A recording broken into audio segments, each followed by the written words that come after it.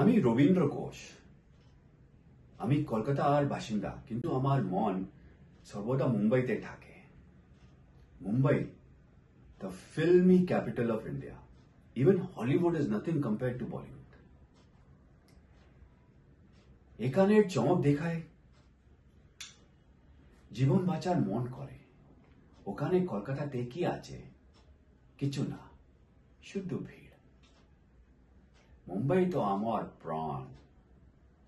আচ্ছা, আমি সমর্থ যে দাউদ একটা প্রথম বলেছি, কিন্তু অনুভব প্রথম আমার করেছি।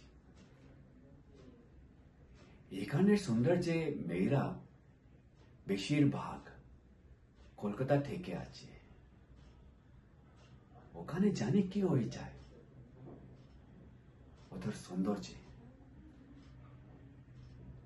মুম্বাইতে তো রাতেও সূর্য চমকায়, আর দিনেও মেয়েরা সুন্দর দেখায়।